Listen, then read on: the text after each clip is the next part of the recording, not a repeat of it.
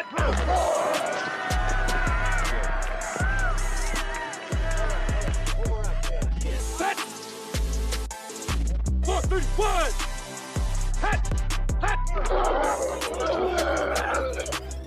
up, everybody? Welcome to the Sunday Morning Quarterback. Today we are 5 pastors who love ministry, leadership, and sports. Today we have the one and only Dr. Jonathan Akin repping his Power T. You doing all right today, sir?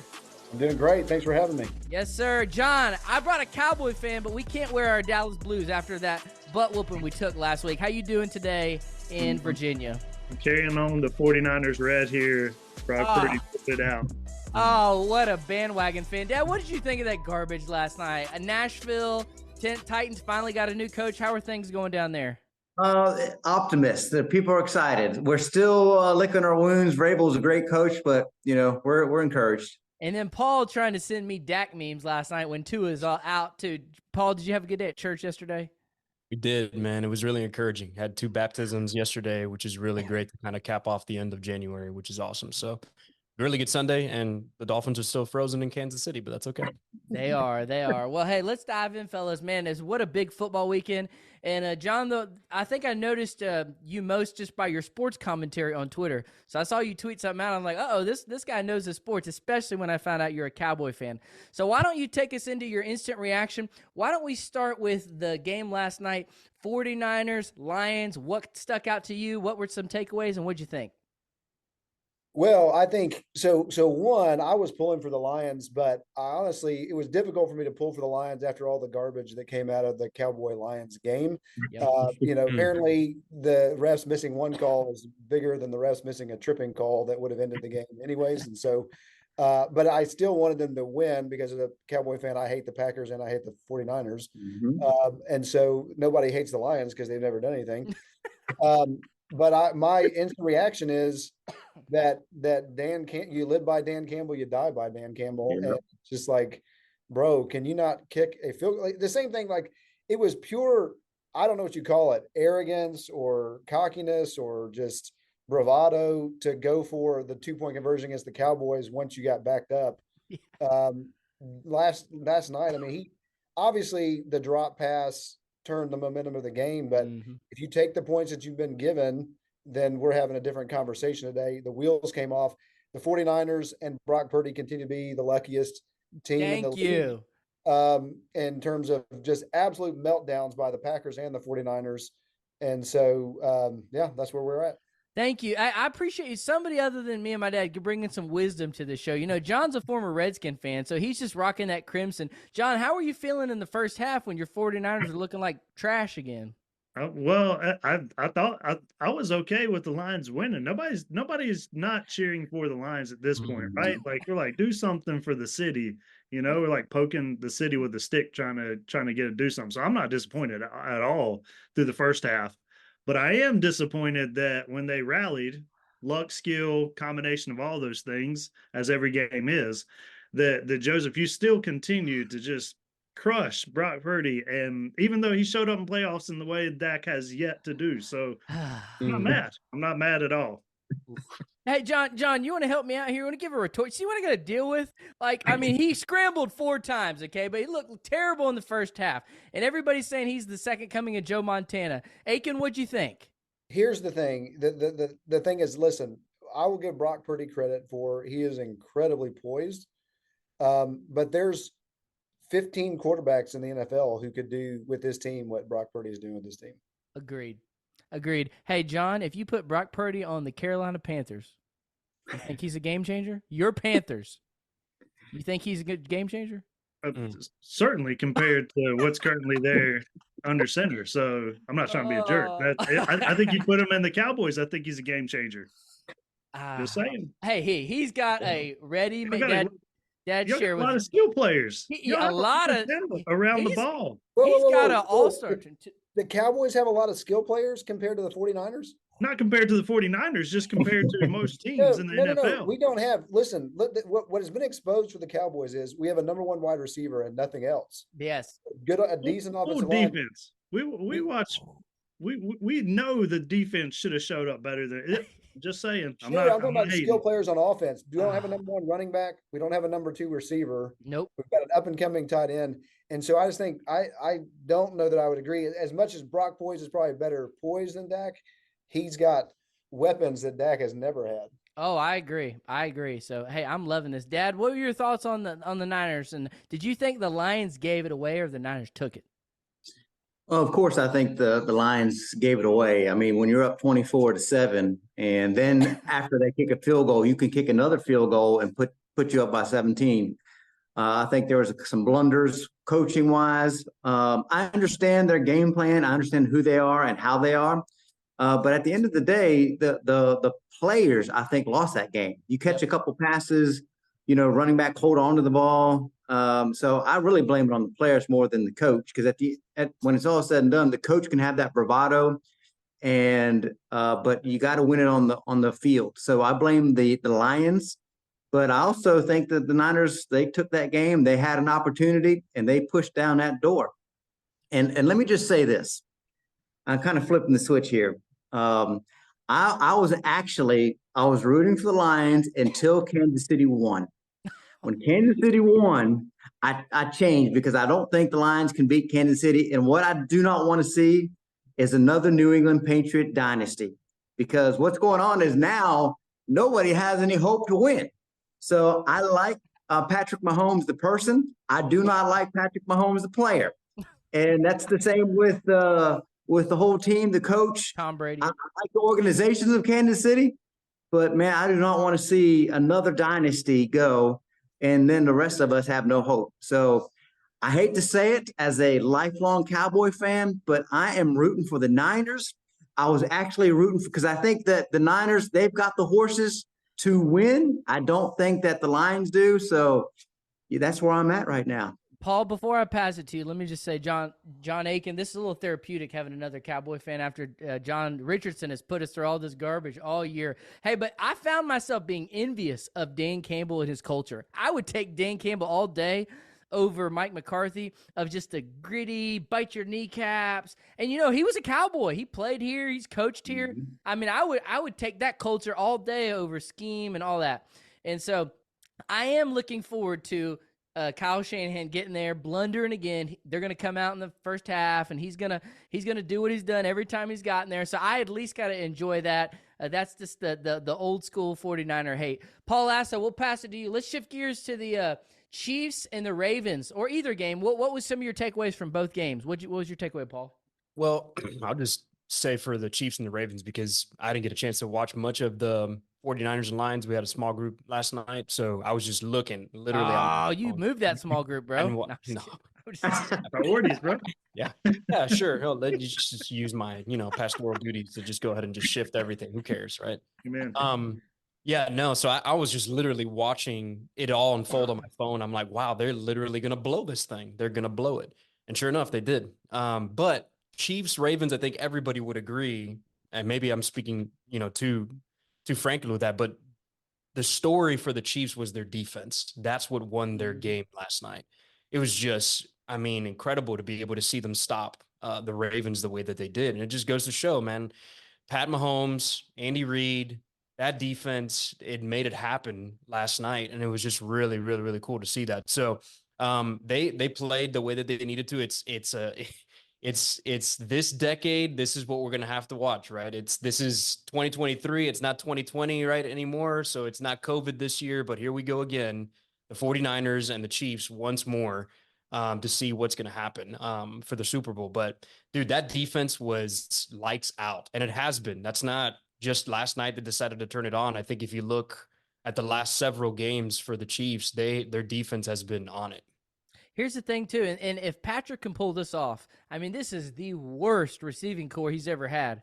And if you're thinking back to all year, they're just nothing. And, man, when the playoffs get here, he gets them to flip that switch, and him and Andy dialed some sick calls up. That little alley-oop pass, he was, even though they didn't score a lot in the second half, he was moving the ball, converting. So let's preview Akin. I'm going to pass it to you unless you have something you want to add here. Go ahead.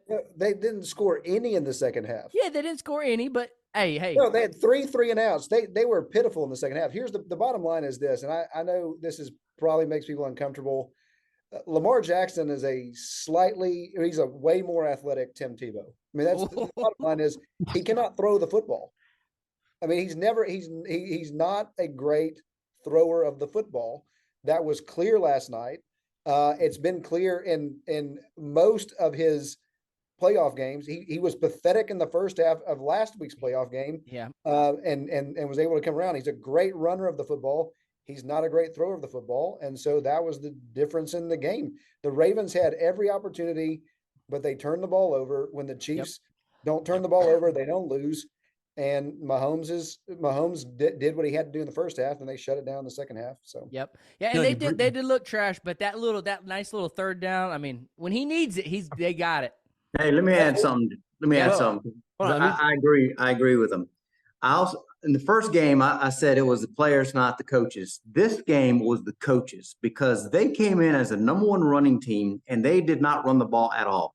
And if you remember the Buffalo, they didn't run. If you remember the Buffalo game, Buffalo ran all over Kansas City and they got in trouble for doing the same thing. They stopped running the ball and started throwing the ball. And so, and not only that, but I think Lamar is a much better passing with slants and short routes, and they didn't do any of it. So they stopped running the ball, and then they started throwing the ball deep, which is his worst passing percentage. So I thought the game plan was terrible. Yeah. And of course, that defense after the first quarter, I think they scored 3 points. Mahomes had 69 yards in the second half passing. So the defense was there as terrible as they did in the first half, but they did not adjust schematically. And they allowed Lamar to do what he's not good at. And so, Lamar has a huge part of that loss. But I think the coaching was right there. They did not help him at all. Yeah, he's definitely not a sit back there pocket passer. And Odell Beckham, nothing. All right, Akin, why don't you? I was just gonna say they ran the ball 16 times. 16. Yeah, that's it. Running team, which was not the story the week prior. That's not what they did. It's just odd. I don't understand that. We can add in there that just a lot like Michael Vick, Lamar's going to fill the stands, but he's not going to fill the trophy case. I think that's just the case at this point. I think we've seen it. Comes to the crunch time, it folds. You go, maybe it's just not where you win. Winning is a skill. Hey, and there's multiple quarterbacks who can't win, not just the ones dressed with the star. Just throwing that out there. Well, let's preview the Super Bowl. Akin, what's your early thoughts? We got Chiefs and we got Niners rematch. How you see it shaking out?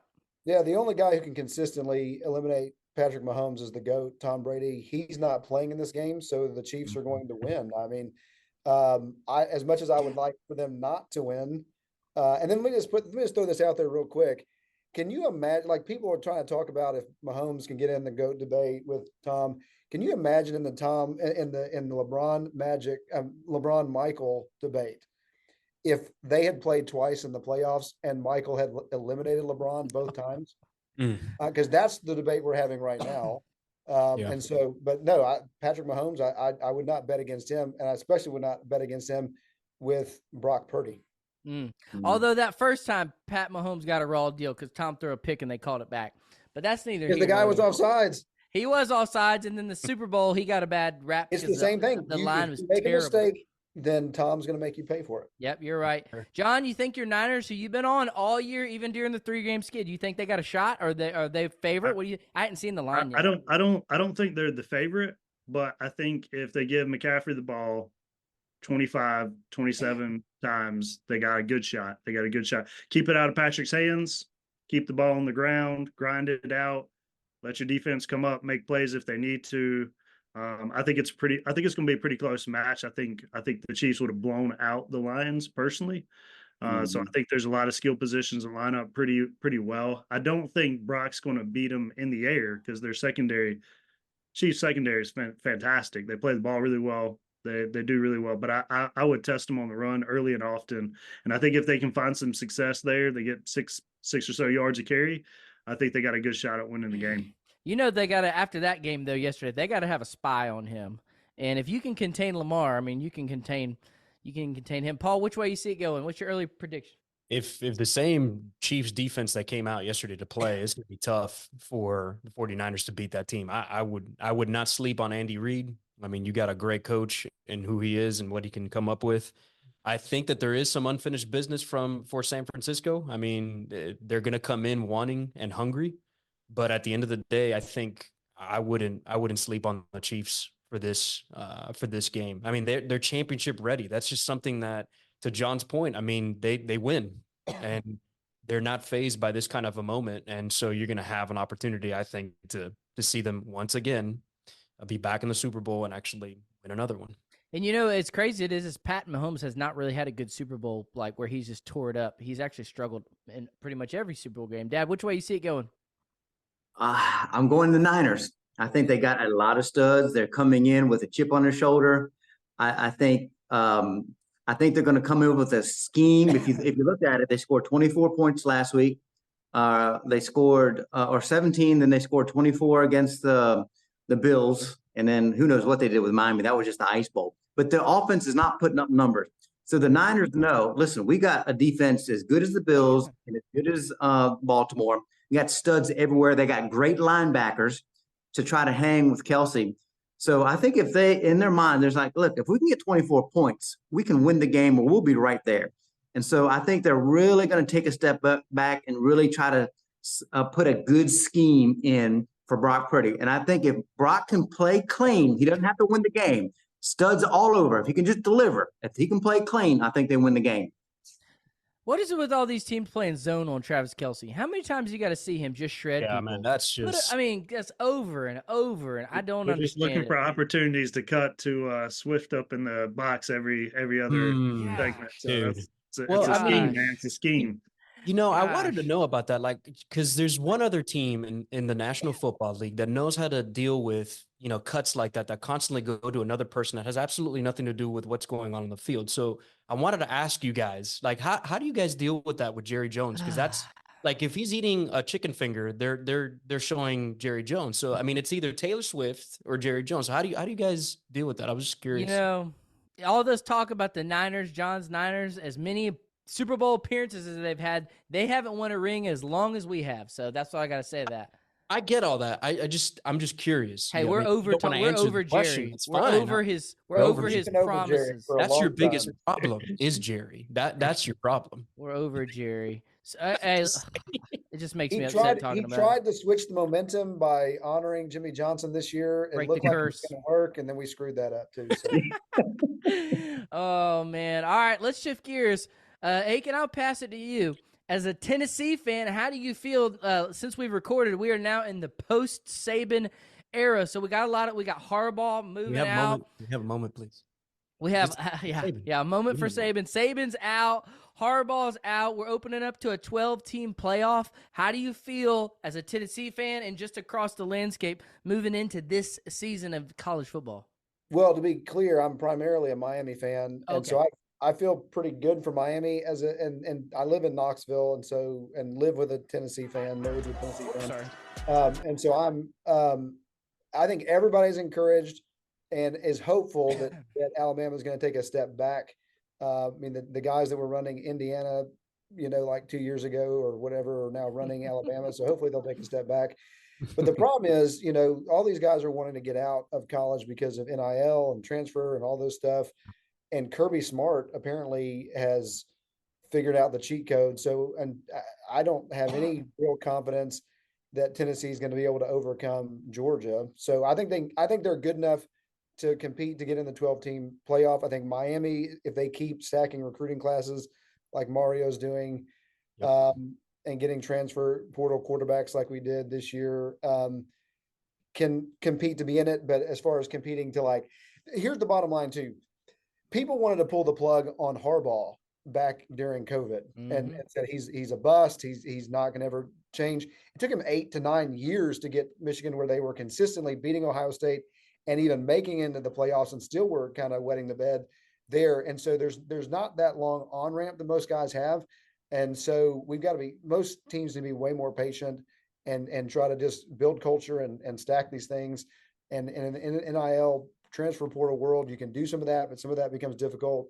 So I'm just hopeful for a better TV product, more competitive games. I thought the first 2 games this year in the playoff were fantastic. And I'm hopeful for more of that. So I'm excited about it. I agree. John, what do you think? I'm thankful. You know, I picked Michigan. I'd like to pick San Francisco. I'd like to go 2 for 2. I'd also like to pick the Tar Heels to pull it out this year in the tournament. Just throwing it out there. First time running 9-0 in the ACC since 2001 season. It's been a while, right? That's a shout out Sean May and Raymond Felton, right? Yeah, we're going way back before then. So, but nonetheless, I think if you're looking at it, it's got to be cumbersome, right? It sounds a lot like living in the belt buckle of the church, where members just kind of switch back and forth between churches. You're like, wait a second, invest, and they go down the street or whatever, and they come back and they move back, and you're just like, well, wait a second, what happened here? I think at some point they're going to have to put some kind of cinch down on this, right? Like at some point it's going to get out of control, and people are going to be like, man, there's no committal. I'm spending time and money and energy. And I also think maybe just the purist or old school, whatever it may be, like, could we just forget that somewhere along the way, this was about a college degree and education? And flipping all over back and forth, it's like, oh, well, the sports has become more important clearly than the educational institute or whatever. And it's kind of disappointing, both for the fan base and the people graduate from these schools, and also just the chance you have to go, hey, man, college football and going pro and other things may not be for everybody. What are you going to do to set yourself up for the future in a helpful way? So I'm not a big fan. Dad, what do you think? Well, I think for one school, with these 2 coaches leaving, they're saying hallelujah, and that's Ohio State. Ohio State, now you don't have Michigan, and big bad Bama's gone, and then you have Georgia there now. But you know, SEC's, they've got a lot of good teams. Texas coming in, so the Big Ten's got USC, right? And they got some yeah, teams. but USC's kind of weak. You know, you got some teams that are kind of weak, and so Ohio State's always been that. They're right in the middle. They usually have, you know, good offense, good defense. But now, you know, those 2 coaches are gone. SEC can battle amongst themselves, and they'll be on the other side waiting for whoever. But I'm excited to see the playoffs. I think you're going to see some young teams that would never be able to have that spot. So I'm excited for that. And then, John, I'm with you. I'm kind of mixed with how all this is transpiring, because I don't really know what they're going to do to fix it. It needs to be fixed. There need to be some parameters. I understand about the money a little bit because there's so much money out there, and it's going to somewhere. And so the athletes are saying, hey, we'd like a little bit. And so I don't know how to wrap my mind around that, but they're going to have to figure out something. But if you don't have a lead person in the lead organization, NCAAs, they're all over the place. I don't know how they're going to get there, but there's so much money. I think if they don't, it can be like a big snowball going down the hill, and it just goes too fast and just obliterates everything. So I'm not sure what they're going to do, but I do think that the playoffs 12 system is going to be fun to watch. New teams. Ohio State, I think, is excited more than anybody else. They've got money, culture. They've been banging on the door. So I look to see some good stuff next year in college football. Yeah, it'll be interesting to see too, like, what's the law stipulation? Like, okay, you can get in and lose 2. Is it 3 is the law stipulation? You know, the conference championships, which Chip Kelly, I can't explain the whole thing, but he put a theory out there on how to break up the conferences like East and West. It was very fascinating if you didn't hear it. So I think that'll be interesting. Paul, the real question is, does Miami make it in the first year? Dude, look, I'm with John. You know, Miami, it's going to take some time. It just is. You know, you start kind of seeing some little hopeful hints of what might happen, but then all of a sudden it's, I don't know. After Fumblegate, I just lost hope with. Hey, I got a question from one Miami fan to another. John Akin, were you awake during the Fumblegate? Because Paul had to preach the next morning, and he didn't even watch it live. He found out before his sermon. I was livid at like 5 a.m., man. I was like, why did you just not kneel? I don't understand I was preaching the next morning. My family was with me. We got into the hotel at halftime, and I watched it on my computer, and I literally said, when they fumbled it, I said, we're going to lose this game. This is unbelievable. And it happened. Dude, you got 2 teams living in the glory days, Miami, Dallas, and then your third team, The Vols, man, that's just tough. I don't think I could take that much losing, but anyway. Hey, as we wind down football season, just a side note here. I don't know if y'all saw, but Luka put up 77 the other night, and then we had Embiid 72. So NBA is in full swing, and as once the Super Bowl winds down, we'll start talking some college basketball, some NBA, which we love. But anyway, let's segue to ministry and leadership. Two things pastors love, and that's kind of why we talk about this. We talk about some fun sports up front, and then just some practical ministry and leadership on the back end. But before we jump in, John Akin, why don't you just share real briefly, like a little about your family and what you're doing at Carson Newman? Yeah, I'm married to Ashley. We have 3 kids, senior, freshman, and fourth grader. And I'm the vice president for church relations and campus ministry. So just like the pastor of the campus at Carson Newman, which is a Baptist school east of Knoxville. Very cool. Very cool. Well, 2 things we want to talk, and we'll just kind of let it flow organically. But now we're, about through January. And so I wanted to talk a little bit about church trends that we're seeing, some positive, some negative. And then if we have a second, we'll talk about pastors and delegation. But John, in your position, you see a wide variety. I know you just got out of an interim role and probably do some consulting and keeping your ear to the ground and also being tied into the education of young ministers and pastors. What are some positive and some negative trends maybe that you're seeing thus far, or that you're hearing about, or you're seeing in real time that you've noticed? Yeah, and so I do work for the North American Mission Board, overseeing a leadership training institute. And so I'll say one positive. I think we're seeing young pastors.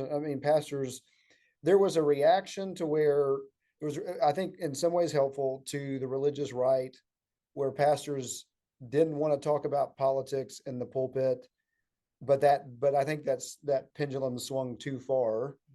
And I think there's a way to, in a gospel-centered missional way, to engage politics. And that I think our people need to be shepherded in that way, and to be thinking about how to engage as Christians politically.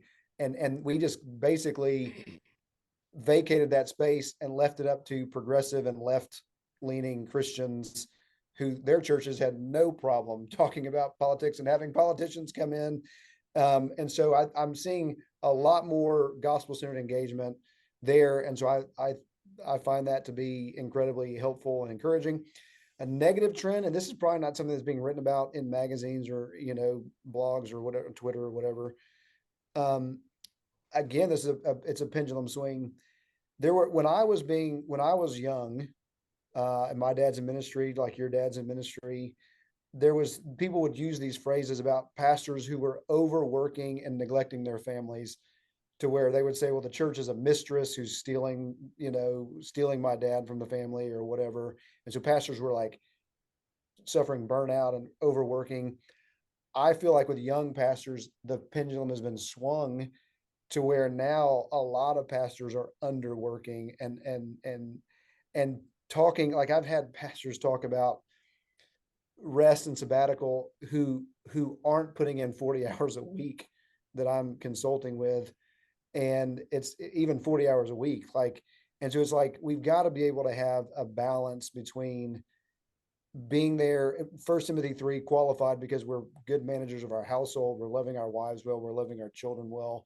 We're not, the church is not a mistress, and I hate that language, but we're also not using that as an excuse to be lazy and to not shepherd at the level that we need to shepherd at. And so those are 2 things that I'm really dealing with young guys that I'm talking to a lot right now. Interesting. Paul, you want to follow? You can speak to any of those or any that you're seeing. No, that's helpful to hear. Just to be able to kind of see what some of the guys are struggling with and all the rest. I can't say that I've not heard that.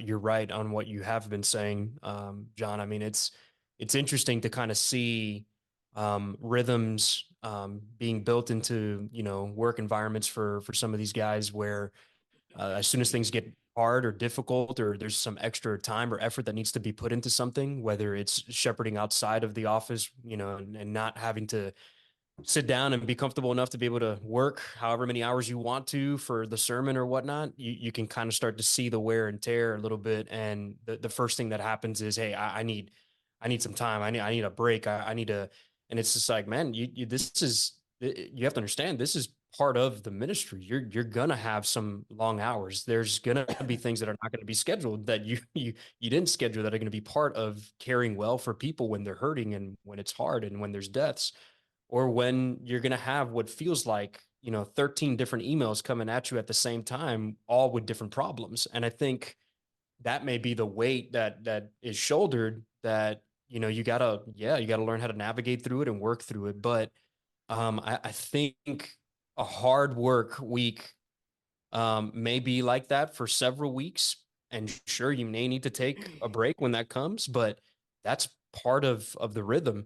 And here's the thing, it's hard for me to be able to quantify that and hear that with some guys when we have rock star volunteers that work 50 hours a week in their regular job and then come and love nothing more than to pour into kids and students on Wednesday night and give of their time, their energy, their effort. They stay up preparing for those lessons. They wake up early to come to the church to prepare things on Sundays. Like we really have to do, I think, a better job of realizing how much our people are bending over backwards and working hard, caring for their families, and even giving of their time and effort to the church.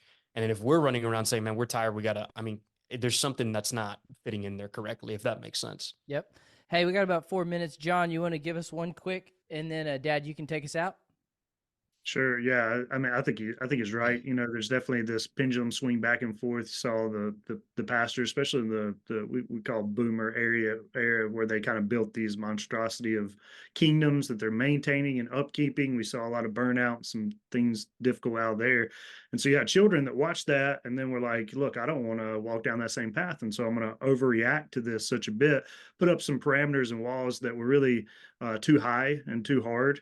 And not enough gospel grace in there. And I think if your work is as worship, and not just income to put things together for your family, but if you see it as worship, I think there's going to be moments where you're going to be, like Paul said, you're going to be pouring yourself out and exhausted. But I also think part of the issue is, at least in our valley, we have a lot of pastorless churches right now. We've not done a good job of raising up new elders to fill these roles of these churches. And the pipeline's dry in a lot of different places. I think we have about 30 in the valley where I'm at. And so, and some of that's because the work is hard and it's not as socially acceptable. And there's a lot of different factors pushing in on that. But I think some of that is also maybe seeing some of the burnout and the frustration and the lack of community for the pastor at the top. That people don't want to dive into. And so I think, moving into 2024, I think the rebalance is going to have to happen to raise up some new aspiring pastors, and then look for ways to plug them in healthy rhythms instead of just boundaries all the time. Dad, 1 minute and you can take us out.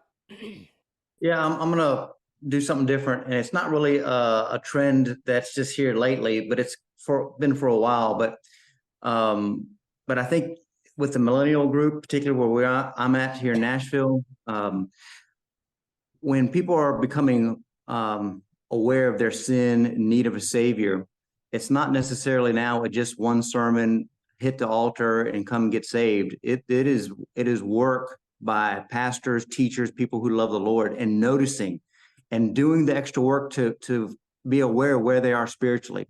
And so for me and for others in our area, we've just noticed when you put forth the time and really see where your church is at, particularly new people, and really engage them where they are spiritually. And then you begin to work and invest and go to coffee and go to lunch. It is a longer process now to bring somebody to the Lord. However, it seems to be more genuine and more real than just a momentary altar call. So I'm still for altar calls. I do them when I feel the Holy Spirit lead me, but more importantly, I'm really, taking a look at where our people are at and working hard spiritually to take them on their journey that God's going. And then, when they come to the Lord, it just seems to be true and authentic. Put the work into people. It's going to be fun next few weeks as we prepare for the Super Bowl. Dr. Akin, thank you, sir. Everybody, y'all have a good day. We'll see you in 2 weeks.